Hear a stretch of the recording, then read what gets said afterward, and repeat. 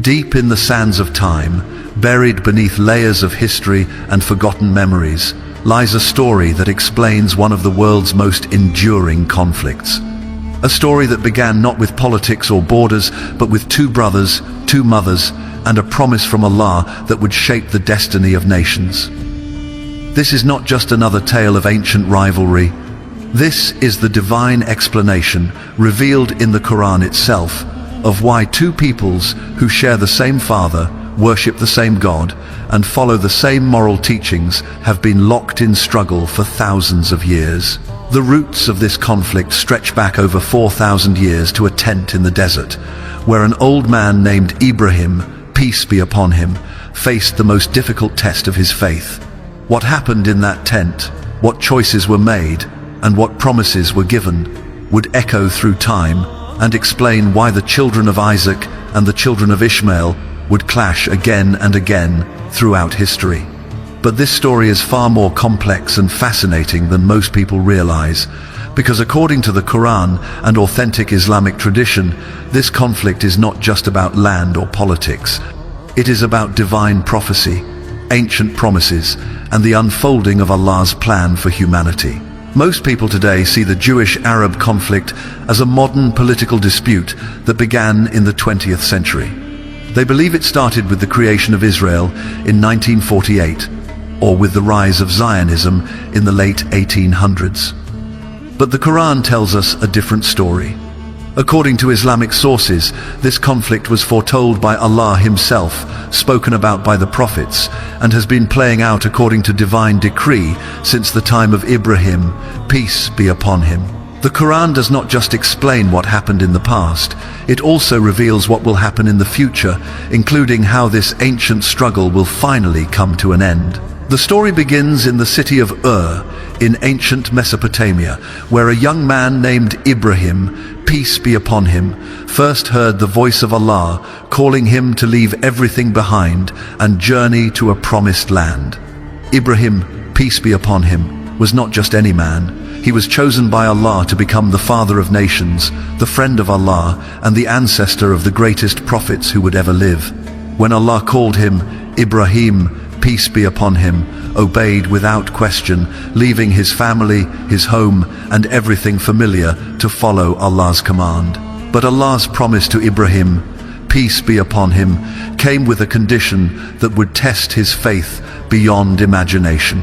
Allah promised that Ibrahim, peace be upon him, would become the father of a great nation, that his descendants would be as numerous as the stars in the sky and the sand on the seashore.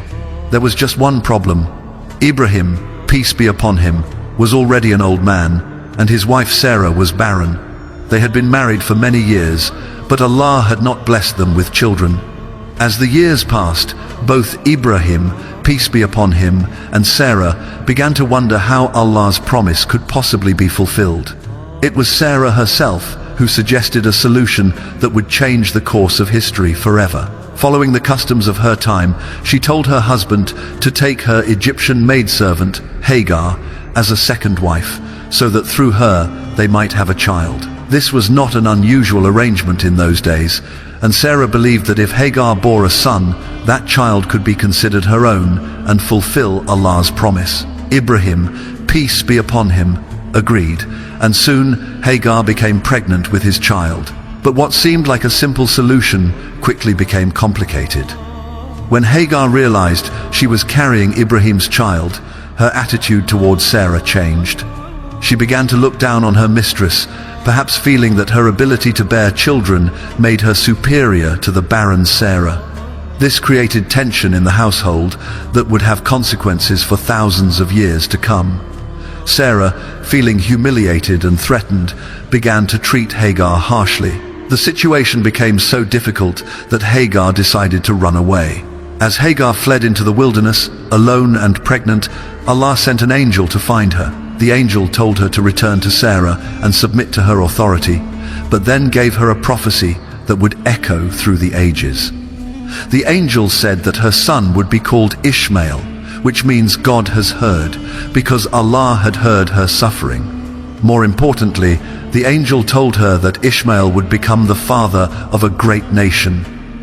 that his descendants would be too numerous to count, and that he would be a wild man whose hand would be against every man, and every man's hand against him.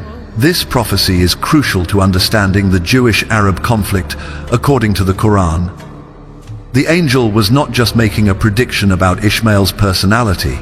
He was revealing Allah's plan for Ishmael's descendants, the Arab people. They would be strong, independent, and often in conflict with other nations. They would be warriors and wanderers, never easily conquered or controlled. And most significantly, they would often find themselves in opposition to the descendants of other nations, including their own half-brothers, the children of Isaac. Hagar returned to Abraham's household and gave birth to Ishmael. For 13 years, Ishmael was Ibrahim's only son, the child of the promise, the heir to everything. Ibrahim, peace be upon him, loved Ishmael deeply and believed that through him Allah's promise would be fulfilled. But then, when Ibrahim, peace be upon him, was 99 years old and Sarah was 90, Allah performed a miracle. Sarah became pregnant and gave birth to a son named Isaac. Suddenly, there were two sons, two potential heirs, and two different paths for Allah's promise to be fulfilled. The Quran tells us that Allah's plan included both sons. Both Isaac and Ishmael would become the fathers of great nations.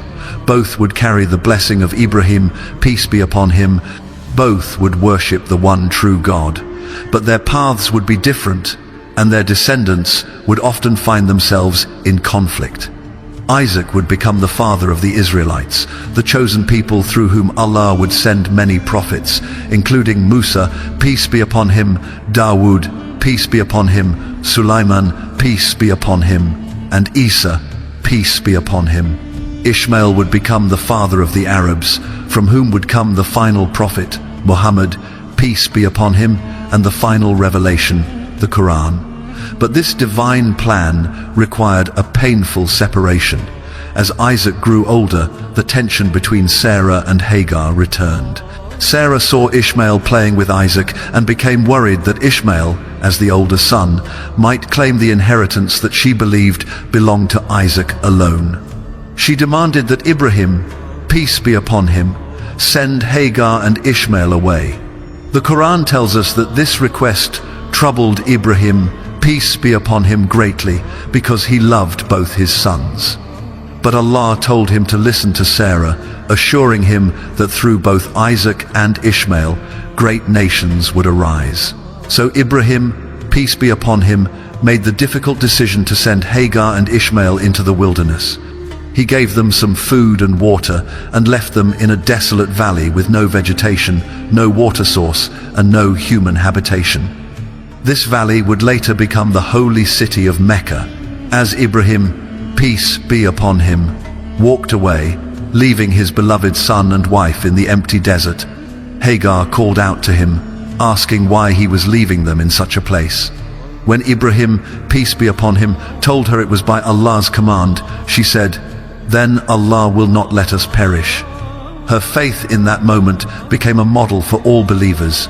What happened next became one of the most important stories in Islamic tradition. When the water that Ibrahim, peace be upon him, had left them ran out, baby Ishmael began crying from thirst. Hagar, desperate to find water, ran back and forth between two hills, Safa and Marwa, looking for any sign of water or help. She made this journey 7 times, and today millions of Muslims performing Hajj retrace her steps in memory of her desperate search. Finally, exhausted and despairing, she returned to find that a spring of water had miraculously appeared next to Ishmael. This spring, known as Zamzam, still flows today and is considered one of the most blessed waters on earth. The appearance of the Zamzam well attracted a tribe called the Jurhum, who asked Hagar's permission to settle in the valley. She agreed, and Ishmael grew up among them, learning their language and customs. When he became a man, he married a woman from the Jurhum tribe and had many children.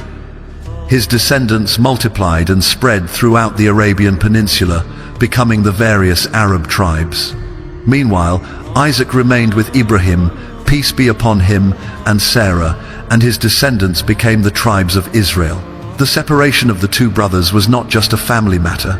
According to the Quran and Islamic tradition, it was part of Allah's larger plan for humanity. Both sons were blessed, both were loved by Allah, and both were given important roles to play in human history. But their separation created two distinct peoples with different cultures, different languages, and different relationships with Allah's revelations. The stage was set for the complex relationship between Jews and Arabs that would unfold over the following millennia. The Quran tells us that many years later, when Ishmael had grown to manhood, Ibrahim, peace be upon him, received a command from Allah to visit his son in the Arabian desert. This visit was not just a family reunion. Allah commanded Ibrahim, peace be upon him, and Ishmael to build the first house of worship dedicated to the one true God. Working together, father and son constructed the Kaaba, the sacred black cube that Muslims around the world face when they pray. As they built, they prayed that Allah would make their descendants into a righteous nation and send among them a prophet who would guide them to the truth. This prayer was answered many centuries later when Muhammad, peace be upon him, a direct descendant of Ishmael, was born in Mecca and received the final revelation from Allah. But the path between Ibrahim's prayer and its fulfillment was long and complicated, marked by the rise and fall of both Jewish and Arab nations, periods of cooperation and conflict, and the gradual unfolding of Allah's plan for humanity. During the time of Musa, peace be upon him, the children of Israel were enslaved in Egypt and had forgotten much of the religion of their forefather Ibrahim, peace be upon him. Meanwhile, the descendants of Ishmael had spread across Arabia, but had also largely abandoned the pure monotheism of their ancestor, turning instead to idol worship and tribal superstitions. Both peoples needed divine guidance, and Allah provided it through prophets sent to each community. To the children of Israel, Allah sent Musa, peace be upon him, with the Torah, freeing them from slavery and giving them a comprehensive law to govern their lives. He established them as a chosen people, promising them a land flowing with milk and honey if they remained faithful to his commands.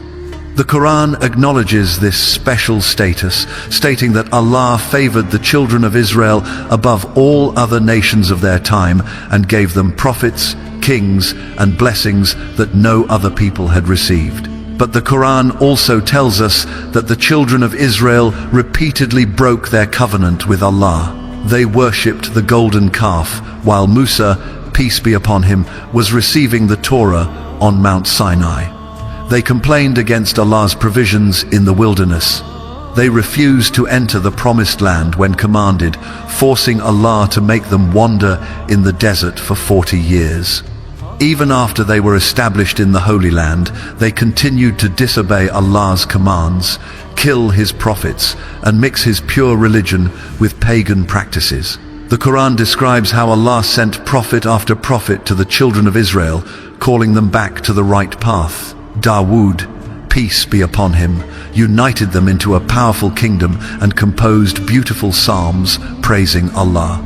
His son Sulaiman, peace be upon him, built the magnificent temple in Jerusalem and ruled over an empire that included both humans and jinn. But after Sulaiman's death, the kingdom split, and the children of Israel resumed their pattern of disobedience and rebellion against Allah's guidance. Meanwhile, the descendants of Ishmael were also struggling with faithfulness to Allah. After Ibrahim, peace be upon him, and Ishmael built the Kaaba, the Arabs continued to make pilgrimage to Mecca and maintained some memory of Ibrahim's religion. But over the centuries, they introduced innovations and corruptions into their worship. They began placing idols inside and around the Kaaba, claiming these idols were intermediaries who could bring them closer to Allah. They developed complex tribal systems based on pride, revenge, and honor, often leading to endless cycles of warfare and bloodshed. The two peoples, both descended from Ibrahim, peace be upon him, had both strayed from his pure monotheistic faith. But Allah's plan included redemption for both communities. To the children of Israel, he sent Isa, peace be upon him, Jesus, calling them back to the true spirit of Musa's law and teaching them about love, forgiveness, and spiritual purification. To the descendants of Ishmael, he would send Muhammad, peace be upon him, the final prophet, with the Quran, the final revelation that would correct all previous corruptions and guide humanity until the end of time. The relationship between Jews and Arabs became more complex when Isa, peace be upon him, began his mission among the children of Israel. The Quran tells us that while some Jews accepted Isa, peace be upon him, as a prophet, the majority rejected him, accusing him of blasphemy and plotting to kill him. Allah saved Isa, peace be upon him, from their plots. But the rejection of yet another prophet further diminished the special status that the children of Israel had enjoyed as Allah's chosen people. When the followers of Isa, peace be upon him, later developed Christianity and began spreading his message beyond the Jewish community, a new dynamic emerged. Christianity spread throughout the Roman Empire and beyond, eventually reaching Arabia. Some Arab tribes converted to Christianity, while others remained attached to their ancestral idol worship. The stage was being set for the arrival of the final prophet, who would complete Allah's guidance to humanity and fundamentally change the relationship between all peoples, including Jews and Arabs. The birth of Muhammad, peace be upon him, in Mecca in the year 570 CE marked the beginning of a new chapter in the relationship between the children of Isaac and the children of Ishmael. Muhammad, peace be upon him, was a direct descendant of Ishmael through his son Kedar, fulfilling the ancient prophecy that a great nation would arise from Ishmael's lineage. When he received his first revelation in the cave of Hira at age 40, the final piece of Allah's plan began to fall into place. The message that Muhammad, peace be upon him, brought was not entirely new. It was the same message that had been revealed to Ibrahim, peace be upon him, Musa, peace be upon him, and Isa, peace be upon him. Worship Allah alone, establish justice, and care for the poor and orphaned, and prepare for the day of judgment. But this time, the message came with a crucial difference. It was declared to be the final revelation, after which no more prophets would be sent. It was revealed in Arabic, the language of Ishmael's descendants, and it explicitly stated that the Arabs, who had been marginalized in religious history, were now being given the responsibility of carrying Allah's final message to all humanity.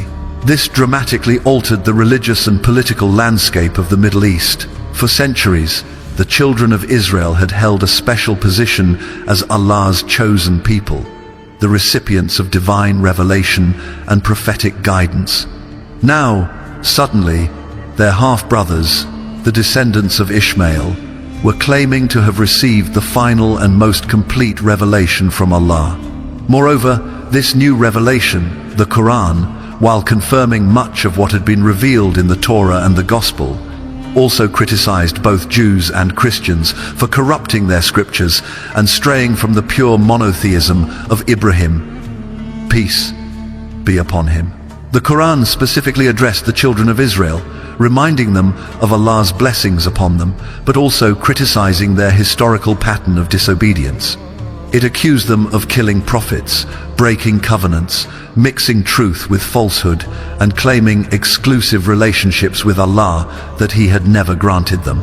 Most provocatively, it declared that Allah's covenant with them had been transferred to the new Muslim community, the Ummah of Muhammad, peace be upon him, making Muslims the inheritors of the spiritual legacy that had once belonged exclusively to the children of Israel. This theological revolution had immediate practical consequences. When Muhammad, peace be upon him, first began preaching in Mecca, he and his early followers faced persecution from the Arab tribes who profited from the pilgrimage to the idol-filled Kaaba. In 622 CE, they migrated to the city of Yathrib, later renamed Medina, where several Jewish tribes lived alongside Arab clans. Muhammad, peace be upon him, initially hoped that the Jews of Medina would recognize him as the prophet foretold in their scriptures and join the new Muslim community. The initial interactions between Muhammad, peace be upon him, and the Jewish tribes of Medina were complex and multifaceted.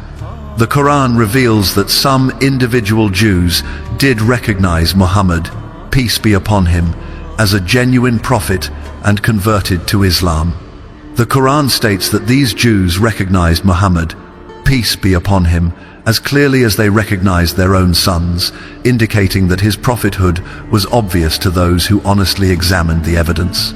However, the majority of the Jewish community in Medina rejected Muhammad's claims, leading to increasing tension and eventual conflict. The Quran explains this rejection in several ways. It suggests that some Jews refused to accept Muhammad, peace be upon him, because they expected the final prophet to come from among the children of Israel, not from their Arab cousins. Others allegedly altered or concealed parts of their scriptures that pointed to Muhammad's coming.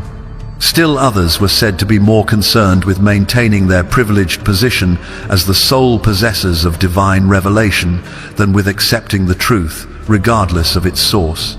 The situation in Medina deteriorated when some of the Jewish tribes allegedly broke their agreements with the Muslim community and secretly aided their enemies during the various battles that the early Muslims fought for survival. The Quran and authentic Islamic historical sources describe how some Jewish leaders plotted against Muhammad, peace be upon him, attempted to assassinate him, and conspired with the pagan Arab tribes that were trying to destroy the fledgling Muslim state. These betrayals led to the expulsion of 2 Jewish tribes from Medina and the execution of the adult males of a 3rd tribe who were judged to have committed treason. These events, recorded in authentic Islamic sources, became a source of lasting tension between Muslims and Jews. From the Muslim perspective, they demonstrated the historical pattern of Jewish rejection and betrayal of Allah's prophets. From the Jewish perspective, they represented an unprovoked attack on their communities by an upstart Arab prophet who falsely claimed divine authority. The conquest of Mecca in 630 CE marked another turning point in the relationship between the descendants of Isaac and Ishmael. When Muhammad, peace be upon him, entered Mecca triumphantly and destroyed the idols that had filled the Kaaba for centuries, he was symbolically restoring the house that Ibrahim, peace be upon him, and Ishmael had built to its original purpose as a center of pure monotheistic worship. The Arabs, who had been considered religiously inferior by both Jews and Christians, were now the guardians of the holiest site in the religion that claimed to be the final and most perfect revelation from Allah. The rapid expansion of Islam after Muhammad's death in 632 CE further transformed the relationship between Jews and Arabs. Within a century, Muslim armies had conquered vast territories that included most of the lands where Jewish communities lived: Palestine, Syria, Iraq, Egypt, North Africa, and Spain. For the first time since the destruction of the Second Temple in 70 CE, Jews found themselves living under the rule of fellow descendants of Ibrahim, peace be upon him, rather than under pagan or Christian empires. The Islamic treatment of Jewish communities under Muslim rule was complex and varied significantly over time and place. Islamic law granted Jews the status of dhimmis, protected people, who were allowed to practice their religion and manage their internal affairs in exchange for paying a special tax and accepting certain social restrictions. This arrangement was generally more tolerant than the persecution Jews faced in Christian Europe, where they were often expelled, forced to convert, or killed in pogroms. Many Jewish communities flourished under Muslim rule, producing great scholars, physicians, philosophers, and poets. However, the fundamental theological disagreement remained unresolved. Muslims continued to claim that Islam was the final and most perfect religion, that the Quran was the uncorrupted word of Allah, and that Muhammad, peace be upon him, was the final prophet whose message superseded all previous revelations. Jews continued to reject these claims, maintaining that the Torah was the eternal covenant between Allah and the children of Israel, that no prophet would come after Musa, peace be upon him, to change or abrogate the law. and that they remained Allah's chosen people regardless of what had happened to other nations. The Quran itself acknowledges that this disagreement would persist until the end of time. It states that Allah could have made all humanity into one community with one religion, but He chose instead to create diversity and test people through their differences. The Quran challenges Jews and Christians to compete with Muslims in righteous deeds rather than in theological arguments, suggesting that Allah will judge between all communities on the Day of Judgment and reveal who was truly following His guidance. This theological framework provided a basis for coexistence between Jews and Muslims for many centuries, but it also contained the seeds of ongoing conflict. Both communities believed they possessed the true interpretation of Allah's will. Both claimed special spiritual authority derived from their connection to Ibrahim, peace be upon him. Both saw themselves as the legitimate heirs to the Holy Land that Allah had promised to Ibrahim's descendants. These competing claims became increasingly problematic as both communities developed stronger national identities and political aspirations. The situation became more complicated with the rise of modern Zionism in the late 19th century. Zionism, the movement to establish a Jewish homeland in Palestine, was both a religious and a secular nationalist movement. Religious Zionists saw the return to the Holy Land as the fulfillment of biblical prophecies and the beginning of the Messianic age. Secular Zionists viewed it as the solution to centuries of persecution and the key to Jewish survival in the modern world. Both forms of Zionism challenged the existing order in Palestine, where Arab Muslims and Christians had been the majority for over a millennium. From the Islamic perspective, Zionism represented a fundamental challenge to divine order as revealed in the Quran. Muslims believed that Allah had transferred His covenant from the children of Israel to the Muslim Ummah because of Jewish disobedience and rejection of prophets. The idea that Jews could reclaim the Holy Land and establish political sovereignty there seemed to contradict the Quranic narrative of Jewish spiritual decline and Muslim ascendancy.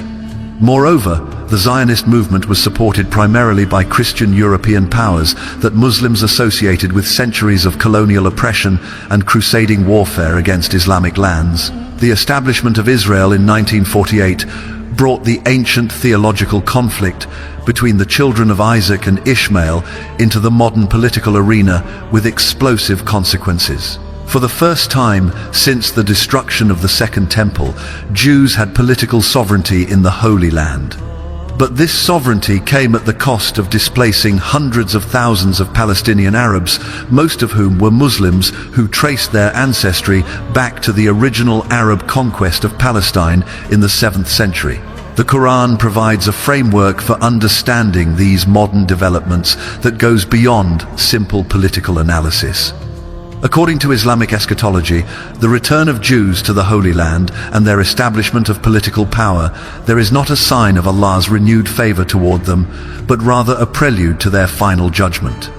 The Quran and authentic prophetic traditions describe a time near the end of the world when the children of Israel will gather in the Holy Land, become extremely powerful and arrogant, and then face a devastating defeat that will humble them before Allah. These prophecies have profoundly influenced how many Muslims interpret the current Israeli-Palestinian conflict. Rather than seeing it as a simple territorial dispute that could be resolved through negotiation and compromise, many Muslims view it as part of a cosmic struggle between truth and falsehood that will ultimately be resolved by divine intervention.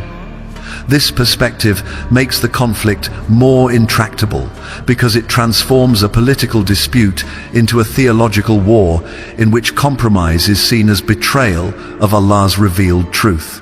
The Islamic prophetic traditions describe specific signs that will precede the final resolution of the Jewish-Arab conflict. These include the appearance of the Dajjal, the false Messiah, who will deceive many people and claim divinity for himself.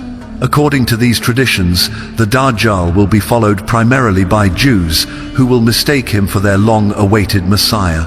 The true Messiah, Isa, peace be upon him, will then return to earth, defeat the Dajjal, and establish justice and peace throughout the world. These eschatological beliefs have practical implications for how many Muslims approach the current conflict. If they believe that the establishment of Israel and the gathering of Jews in the Holy Land are signs of the approaching end times, then they may see resistance to Israel not just as political activism, but as religious duty. Conversely, any Muslim leader who makes peace with Israel may be accused of betraying Islamic principles and helping to delay the ultimate victory of truth over falsehood. The Jewish perspective on these matters is equally complex and theologically charged. Religious Jews often interpret the establishment of Israel and the return to the Holy Land as the beginning of the messianic process that will culminate in the coming of the Messiah and the rebuilding of the Temple in Jerusalem. From this perspective, Jewish sovereignty over the Holy Land is not a political accident, but the fulfillment of divine promises made to Ibrahim, peace be upon him, Isaac, and their descendants thousands of years ago. This creates a theological deadlock that transcends politics. Muslims believe that Allah has permanently transferred his covenant from the children of Israel to the Muslim Ummah because of Jewish disobedience and rejection of Muhammad, peace be upon him. Jews believe that Allah's covenant with them is eternal and unconditional, and that no subsequent revelation can abrogate the promises made in the Torah. Both communities have sacred texts, prophetic traditions, and theological frameworks that support their positions, making compromise extremely difficult. The Quran itself suggests that this conflict will continue until Allah himself resolves it on the Day of Judgment. It states that the children of Israel will be gathered from all nations and then judged according to their deeds. It promises that those among them who truly believe in Allah and do righteous works will have their reward, while those who persist in disbelief and corruption will face punishment. Similarly, it warns Muslims that their own salvation depends not on their ethnic or religious identity, but on their faith and righteous actions. This Quranic perspective offers both hope and caution for those seeking to understand and resolve the Jewish-Arab conflict. On one hand, it suggests that the ultimate resolution lies beyond human politics and negotiations, requiring divine intervention and the establishment of true justice that transcends all human prejudices and claims. On the other hand, it reminds both communities that Allah judges people according to their actions, not their ancestry, and that righteousness and justice are more important than ethnic or religious identity. The story of the Jewish-Arab conflict, according to the Quran, is thus not simply a tale of ancient rivalry or modern politics. It is the unfolding of a divine plan that began with Ibrahim, peace be upon him, and will culminate with the return of Isa, peace be upon him, and the establishment of Allah's kingdom on earth.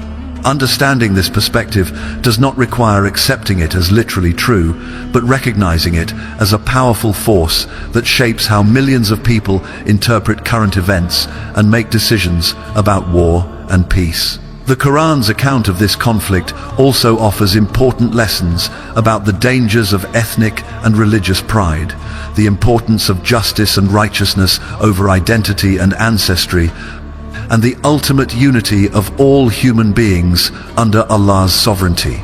It reminds us that Ibrahim, peace be upon him, was neither Jewish nor Arab, neither Christian nor Muslim, but simply a righteous man who submitted completely to Allah's will.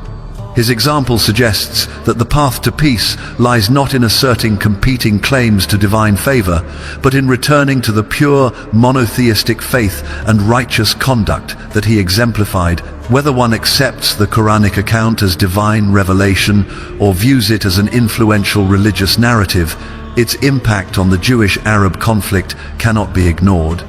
For over 14 centuries, this story has shaped how Muslims understand their relationship with Jews and their role in world history. It will continue to influence events in the Middle East and beyond until either the conflict is resolved through human wisdom and divine guidance, or until Allah himself intervenes to establish the justice and peace that both communities ultimately desire. The ancient promise made to Ibrahim, peace be upon him, that his descendants would become great nations, has certainly been fulfilled. Both the children of Isaac and the children of Ishmael have produced remarkable civilizations, contributed immensely to human knowledge and culture, and maintained their faith in the one true God through centuries of trial and persecution. Perhaps the time has come for both communities to remember their common Father, their shared faith, and their joint responsibility to establish justice and righteousness on earth, rather than continuing to fight over who deserves Allah's favor more. For in the end, the Quran teaches us, Allah's favor belongs to those who fear Him and do righteous deeds, regardless of their lineage or their religious labels.